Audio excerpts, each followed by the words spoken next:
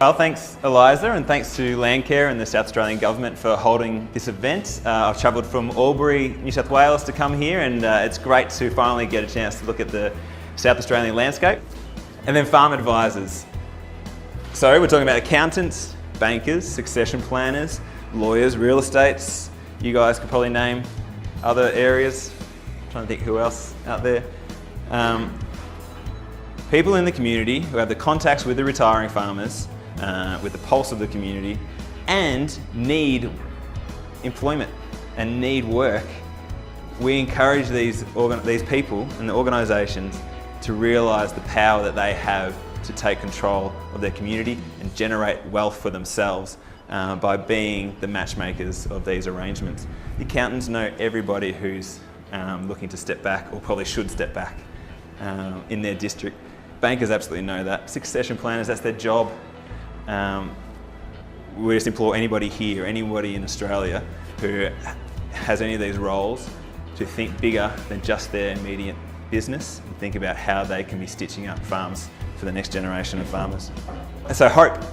I've heard vendor finance arrangements being set up with a new farmer and a retiring farmer, and then the retiring farmer takes it to their accountant who says, "Don't be stupid. That's ridiculous." No. Deal over. So the advisors just have so much power in creating creative solutions for these farm ownership opportunities. And if these people are not even open to the idea of vendor finance or shared equity or share farming, lease to buy, having two entities, one leases off the other, if these people are not on top of the details and advocating for it, then you're screwed. And that's just really depressing. That's why we want people to normalise the discussion around different farming ownership arrangements. We want these advisors to sponsor events like this. Imagine if you can get the next generation of farmers into a meeting sponsored by your business. We can show you're here to support the next generation. You're real, you're in touch with the community.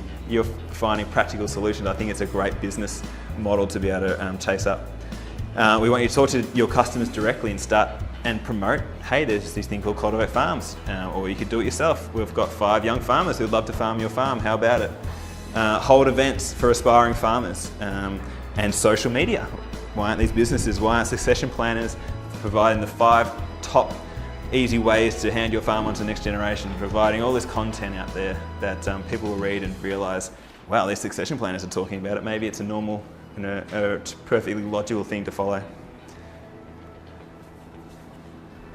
Same sort of theme as the others. We encourage your clients to lease to new farmers.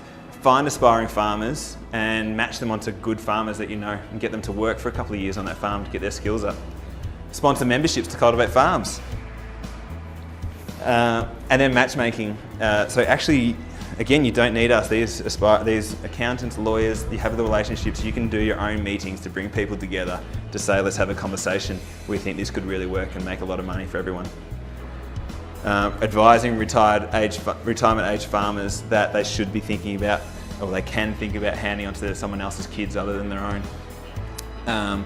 Promote ownership arrangements. I think that's another thing we want to try and do, is normalise discussions like Sam will be talking about around different arrangements for handing on the farm that have case studies from real people who have done vendor finance or set up an equity arrangement and normalise it that way.